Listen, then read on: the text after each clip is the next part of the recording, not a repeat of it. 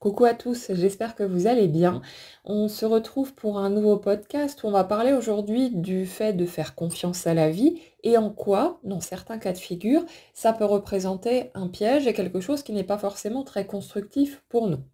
Alors dans l'absolu, faire confiance à la vie, c'est quelque chose qui semble extrêmement confortable. On arrête de se méfier en fait de l'extérieur, comme s'il y avait un ennemi caché, comme si la vie était contre nous et cherchait à élaborer des petits plans pour nous pourrir en fait le quotidien autant que possible. Donc on a cette espèce de confort qui s'installe, ce côté beaucoup plus tranquille, beaucoup plus serein, cette confiance en le fait que de toute façon, tout est là pour mon plus grand bien, pour me faire grandir, pour me faire avancer et pour me permettre d'évoluer vers ce que je souhaite véritablement, que j'en sois conscient ou pas. Donc ça, c'est l'aspect extrêmement positif et la plupart du temps, c'est vrai que c'est quelque chose de beaucoup plus doux que la version qu'on pouvait avoir avant et c'est quelque chose qui nous fait énormément de bien de toute façon. Là, par contre, où ça peut devenir problématique, c'est quand on fait dévier en fait ces idées-là pour glisser vers une autre idée qui dit que puisque la vie va de toute façon amener sur mon chemin les circonstances, les conditions, les rencontres dont j'ai besoin pour que je puisse avancer, ça veut donc dire que quels que soient mes choix, quelles que soient les actions que je vais poser, ce que je fais est en gros inutile puisque de toute façon, les choses vont se mettre en place en suivant le rythme de mon énergie. Et le truc, c'est que ça peut nous pousser à penser que nos actions sont en réalité vides de sens et que quelque part, ce qu'on pourrait mettre en place, les démarches qu'on peut faire, tout ce dans quoi on va s'impliquer, s'investir, pourrait en fait être là juste pour meubler. En gros, ça occupe notre temps, c'est une façon, oui, de s'occuper, du mieux qu'on peut en attendant que quelque chose se produise. Et ça fait que de cette idée-là, peut en découler une autre qui dit: «Dans ce cas, puisque mes actions sont inutiles, bah, autant ne rien faire du tout. Puisque ça ne sert à rien que je tente de débloquer les choses, que je tente de forcer le passage, d'ouvrir des portes, et cetera. Bah, dans ce cas, puisque ça ne dépend pas de moi, d'un point de vue conscient, je vais juste me poser là et attendre que les choses se fassent. Je vais devenir, passif ou passive et je vais attendre que la prochaine étape se mette en place, que ce soit mûr à point à l'intérieur pour que ça prenne forme à l'extérieur.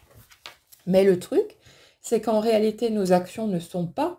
vides de sens, elles ne sont pas inutiles et nos actions, quelque part, les choses qu'on va modeler en quelque sorte dans notre quotidien, vont servir de support pour que notre énergie puisse nous tracer un chemin. Notre énergie, notre inconscient, va se servir des éléments du décor déjà présents, donc ceux qu'on dépose là au fur et à mesure, ceux qu'on amène, pour générer les situations, les scènes, etc., dont on a besoin, les interactions avec les autres aussi, dont on a besoin pour pouvoir continuer à cheminer, pour aller peut-être rencontrer certaines parts de nous, certaines émotions qu'on a besoin de traverser, de réintégrer, toutes ces choses-là. Donc nos actions ne sont pas du tout inutiles et vides de sens. Et c'est vraiment là-dessus, c'est très important de bien garder ça en tête ou de le remettre à sa juste place si jamais vous voyez que vous vous êtes peut-être égaré en cours de route et que vous avez fait des interprétations erronées de ce principe. C'est que en fait, c'est comme si les deux chemins, si vous voulez, s'écrivaient en parallèle et étaient totalement complémentaires et finalement indispensables l'un à l'autre. Évidemment que la vie va toujours trouver un chemin et que les choses vont prendre forme d'une manière ou d'une autre. Mais le truc, c'est que il ne faut pas oublier que ce qui prend forme dans notre réalité concrète reflète l'énergie qu'on porte. Et quand on finit par penser que nos actions ne servent finalement pas à grand-chose, sont là juste pour meubler, qu'elles n'ont pas de rôle propre à jouer dans notre évolution, dans notre progression, et qu'on finit par devenir statique, par arrêter de bouger, par arrêter d'essayer de faire quelque chose, de découvrir, d'expérimenter, ben on finit quelque part par s'éteindre à l'intérieur. C'est quelque chose qui peut être confortable pendant un temps, on en a déjà parlé, on se met un peu en pause, on arrête de courir dans tous les sens, et ça peut faire du bien de relâcher cette pression, de se mettre un petit peu en veille, et de se laisser le temps de récupérer tout simplement. Mais le fait est qu'il y a quelque chose, chez la très grande majorité des humains, qui fait qu'on a besoin de se sentir évoluer, on a besoin de se sentir progresser, on a besoin de participer à la vie, parce que sinon elle devient sans intérêt, sinon il n'y a plus... si on n'a pas d'objectif, si on n'a pas de but, si on n'a pas envie de quoi que ce soit, c'est plat, c'est ennuyeux, c'est vide de sens et ça n'a absolument aucun intérêt. Donc ça peut pousser vers un côté plutôt déprimé, c'est pas forcément très joyeux, c'est pas épanouissant non plus, et c'est pas un positionnement qu'on peut tenir à long terme en pensant qu'on va rayonner de joie et de bonheur en fonctionnant de cette façon-là. Si on arrête de participer à la vie, à sa propre manière, hein, il n'y a pas une manière juste de le faire, mais si on arrête de participer à tout ça, si on reste juste planté là en attendant que quelque chose éventuellement se produise, il n'y a pas d'épanouissement qui peut être trouvé de cette manière-là. Même si on n'a pas de plan concret, qu'on est peut-être paumé, qu'on ne sait pas où on va, le fait de tenter quelque chose, d'ouvrir des portes, de se mettre en mouvement, ça génère déjà l'espoir que quelque chose de positif pourrait en découler. Et rien que ce sentiment-là, il a tendance à ranimer cette flamme intérieure, à nous porter, à nous pousser vers l'avant, et ça fait du bien. Donc, c'est très important de voir que si nos actions en elles-mêmes sont interchangeables en quelque sorte, que ce n'est pas le choix qu'on va faire ici ou là qui va être déterminant, mais finalement plus l'énergie qui est la nôtre quand on est en train de mettre tout ça en mouvement, ça ne veut pas dire pour autant que nos choix, nos actions n'ont aucune importance. Et le truc, c'est simplement de comprendre que il n'y a pas d'erreur réelle, puisque qu'on aille dans une direction ou une autre, on va trouver sur place les éléments dont on a besoin, mais si on reste planté là, qu'on ne fait rien bouger, qu'on s'isole, qu'on se replie sur soi et qu'on ne met plus rien en mouvement, bah, le truc c'est que l'énergie qu'on porte, c'est une énergie stagnante en quelque sorte. Et puisque l'extérieur est obligé de refléter cette énergie qu'on porte, c'est tout à fait logique, c'est tout à fait naturel et parfaitement cohérent de constater que notre vie concrète est devenue elle aussi stagnante et que les choses ne bougent pas. C'est juste un parfait miroir de ce qui se passe pour nous. Et la clé là-dedans, ça va être de comprendre que si on veut que notre vie se remette en mouvement, bah, c'est nous qui allons devoir nous remettre en mouvement. Et il n'y a pas besoin que ce soit quelque chose de clair, net et précis. On n'a pas besoin de savoir exactement ce qu'on veut, même si c'est flou, même si c'est maladroit, peu importe. Mais c'est simplement le fait de se remettre en marche, de se sortir de sa bulle, d'arrêter de rester dans son coin à attendre que quelque chose vienne de l'extérieur et d'essayer. Essayer quelque chose, peu importe quoi, ça va dépendre des domaines que vous avez envie de faire bouger, ça va dépendre voilà, de tout un tas de paramètres, mais l'important là-dedans, dans cette démarche, ça va être de se remettre en mouvement, de lancer quelque chose. On va recréer, si vous voulez, ce mouvement à partir des démarches qu'on va faire, et même si ce sont de petites choses, même si ça nous semble peut-être futile ou qu'on se dit, bon, ben, c'est pas avec ça que je vais déplacer des montagnes, mais qui sait quel impact ça pourrait avoir. Et le truc, c'est que si on observe cette portion de notre vie pendant laquelle on a pu constater cette espèce de stagnation, et si on regarde ce qui se passait avant, dans un autre temps en quelque sorte, où les choses étaient plus animées, plus mouvementées, on va se rendre compte que quand on avait ces croyances qu'il fallait lutter, qu'il fallait se battre contre la vie, qu'il fallait tenter de débloquer les choses, ben on essayait. On faisait plein de choses, on ne savait pas où ça allait nous mener, on avait l'espoir que telle ou telle démarche allait donner tel ou tel résultat, mais le fait est que même si ce n'était pas forcément le cas ou que ça ne passait pas par ce biais, on était en mouvement. On faisait des choses, on ouvrait de nouvelles portes, on tentait notre chance, alors que dans cet autre positionnement dont on parle ici, en fait, on ne fait plus rien. On n'essaye plus, on se dit, c'est comme si on avait hissé son drapeau blanc et qu'on partait du principe que, bon, bah, puisque tout s'auto-équilibre en quelque sorte, bah, ça veut dire que mes démarches sont vaines et futiles de toute façon, que c'est juste une espèce de leurre, d'illusion, et donc que ça sert à rien que je fasse quoi que ce soit. Mais c'est là qu'on se perd, c'est là qu'on se paume quelque part dans cette interprétation qui est erronée, mais qui en même temps, par contraste, peut nous permettre aussi de nous positionner et d'apprendre à faire le tri euh, pour pouvoir poser des actions qui partent ben, de nos envies réelles, de nos tripes, et qui ne soient plus posées sur la peur de passer à côté de quelque chose. La question, c'est plus oh mon Dieu, qu'est-ce qu'il faut que je fasse pour pouvoir sortir de là, parce que sinon, je vais rester bloqué dans la situation que je vis, ou ce genre de truc. Mais ça va partir de, ok, qu'est-ce que j'ai envie de faire pour me sentir bien? Qu'est-ce qui m'inspire? Qu'est-ce qui me parle? Qu'est-ce qui me porte? De quoi j'ai envie maintenant? Qu'est-ce que j'ai envie d'essayer? Qu'est-ce que j'ai envie de tenter? Qu'est-ce qui m'appelle? Peu importe de savoir si ça va donner des résultats ou non,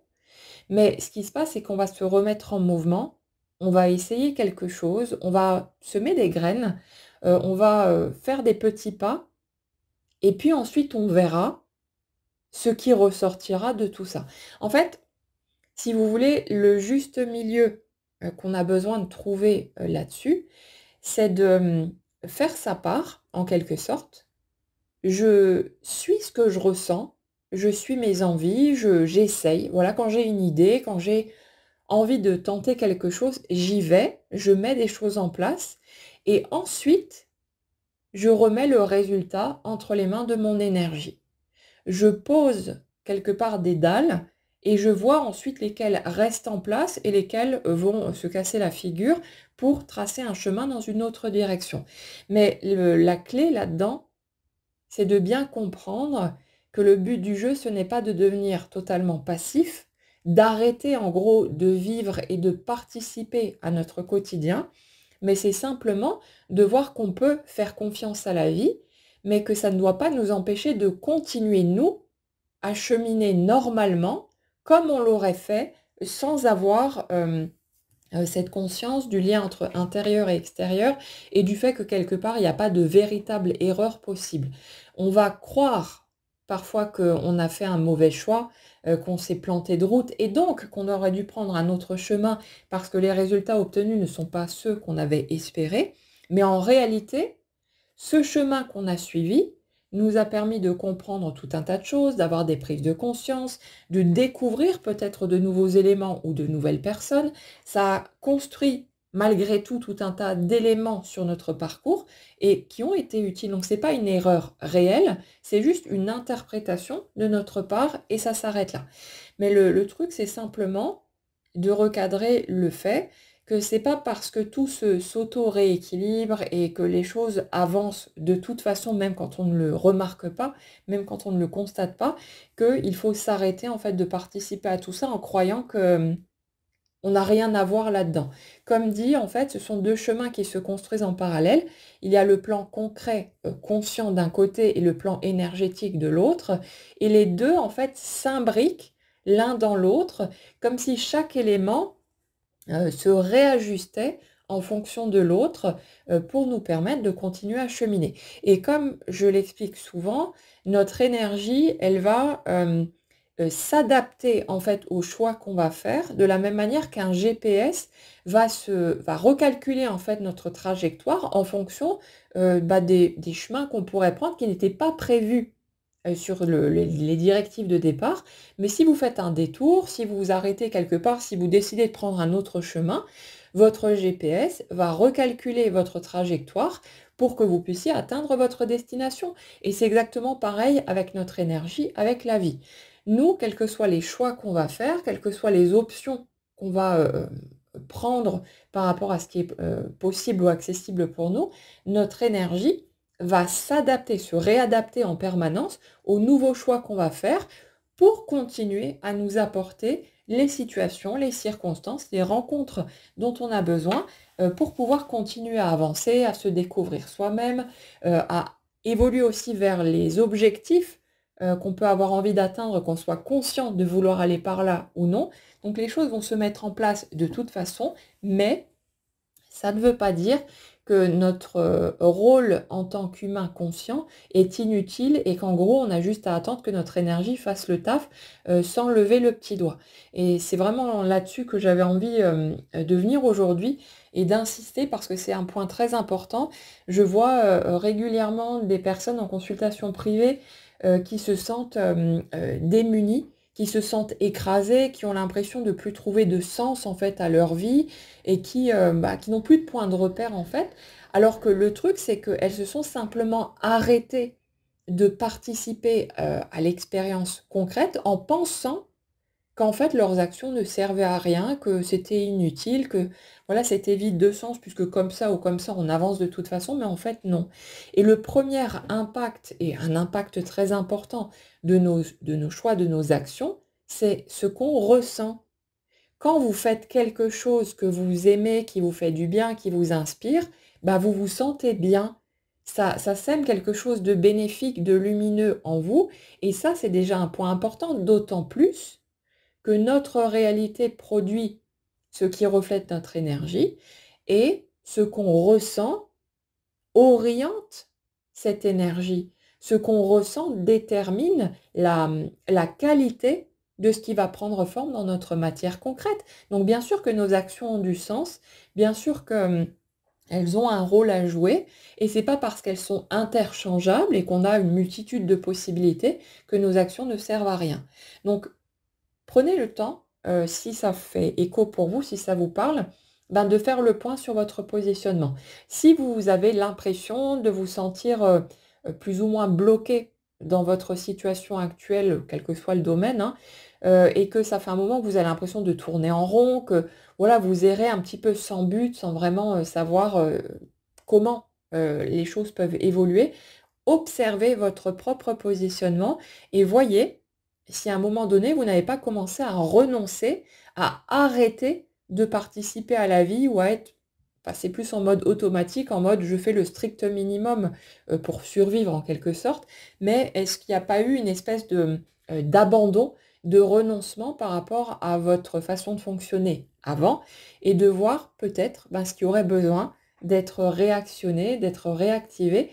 pour recréer du mouvement, recommencer à en créer en tout cas, et voir ce que ça donne d'un point de vue concret, puisque votre énergie est obligée de produire ce qu'elle est dans la matière. Donc, si on se remet à bouger, nous, quels que soient les mouvements qu'on fait, peu importe, mais notre quotidien est obligé de suivre le mouvement lui aussi et de commencer à produire à nouveau quelque chose qui bouge. Donc, vous voyez ce que ça donne pour vous, observez, expérimentez, et puis voilà, laissez les choses se mettre en place. Mais n'oubliez pas qu'on n'est pas là pour décorer, on n'est pas là juste pour vivre une expérience purement spirituelle, purement mentale, hein. On a un corps physique, on peut participer à la matière, c'est pas gratuit, c'est pas pour rien.